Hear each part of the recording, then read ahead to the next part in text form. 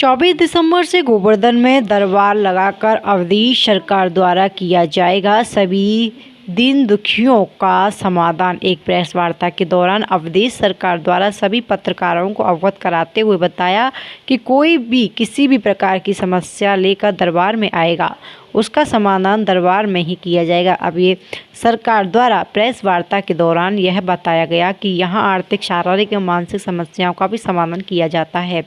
उन्होंने प्रेस वार्ता के दौरान यह भी बताया कि गरीब लोगों के लिए रहने एवं खाने की सुविधा भी की गई है। पूर्व में इनके दरबार कई स्थानों पर लगाए गए थे, जहाँ काफ़ी लोगों ने इनके द्वारा समाधान बताकर इनका इलाज भी किया जा चुका है।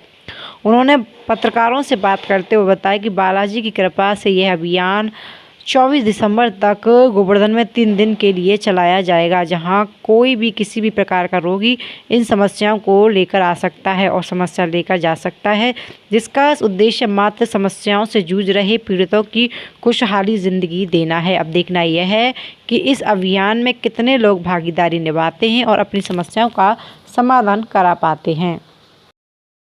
आज जैसा कि महाराज जी यहाँ पे प्रेस वार्ता रखी गई, किस बात आयोजन को लेकर रखी गई है? ये प्रेस वार्ता उन लोगों के लिए रखी गई है, आज के युग में लोगों के पास शांति नाम की चीज नहीं रही। जहां देखो वहां घमासान, जहां देखो वहां कलेश, जहां देखो धन से व्यक्ति परेशान है।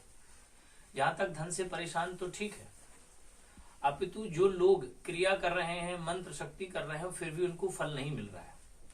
आज के युग में, भौतिकवादी युग में, लोग इतने परेशान हैं कि गुरुओं के पास जा जा करके थक रहे हैं।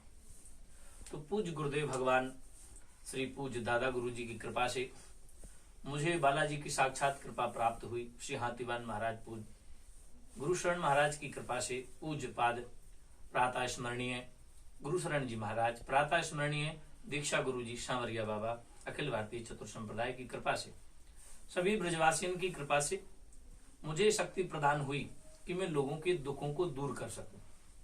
इसलिए आज की प्रेस वार्ता, हमारे पास बहुत फोन आते हैं हमारे आश्रम में कि ये धाम कहाँ है, कैसे निवारण होता है, क्या क्या प्रक्रिया है, क्या क्या करना होता है। इस विषय में आप सभी को यहाँ बुलाया गया है ताकि लोगों को पता लग सके कि उनके दुखों का अंत होना है तो कहाँ होना है, वो कहाँ जाएं और कैसे जाएं। इसलिए प्रेस वार्ता रखी गई। किस तरीके के दुखों का आप निवारण यहाँ करते हैं? बिल्कुल, आपने बहुत अच्छा क्वेश्चन पूछा है। यहाँ हर प्रकार के, कैंसर छोड़ करके दैहिक, भौतिक, आध्यात्मिक, तीनों तापों का जो 3 प्रकार के ताप हैं हमारे शास्त्रों में बताए हैं। दैहिक, दैविक, भौतिक तापा राम राज काहू नहीं व्यापा, ये गोस्वामी जी ने लिखा है।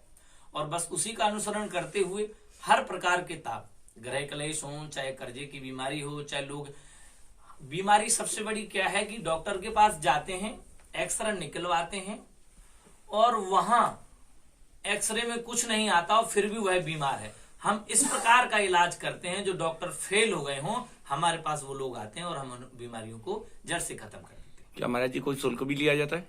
बिल्कुल, बहुत अच्छी बात है। ये दरबार बिल्कुल निःशुल्क है। अपितु शुल्क और निःशुल्क की बात यहाँ आती है। जिस प्रकार से ये आश्रम की सुविधाएं हैं, यहाँ बच्चे भी पढ़ते हैं, यहाँ रहते भी हैं, तो उन विशेष लोगों के लिए 1100 रुपए का एक टोकन रखा गया है, जो यहाँ करके दरबार में अर्जी लगाते हैं। दीन दुखियों के लिए जो वास्तविक मेहनत मजदूरी करते हैं, जो गरीब है, उनके लिए आवास की सुविधा भी दी जाएगी, उन्हें भोजन की व्यवस्था भी कराई जाएगी। और ऐसे लोगों से शुल्क लिया जाएगा जो लोग देने लायक हैं, अपितु वह अपनी इच्छा से भी शुल्क दे सकते हैं, अन्यथा दरबार पूरी तरह से निःशुल्क है।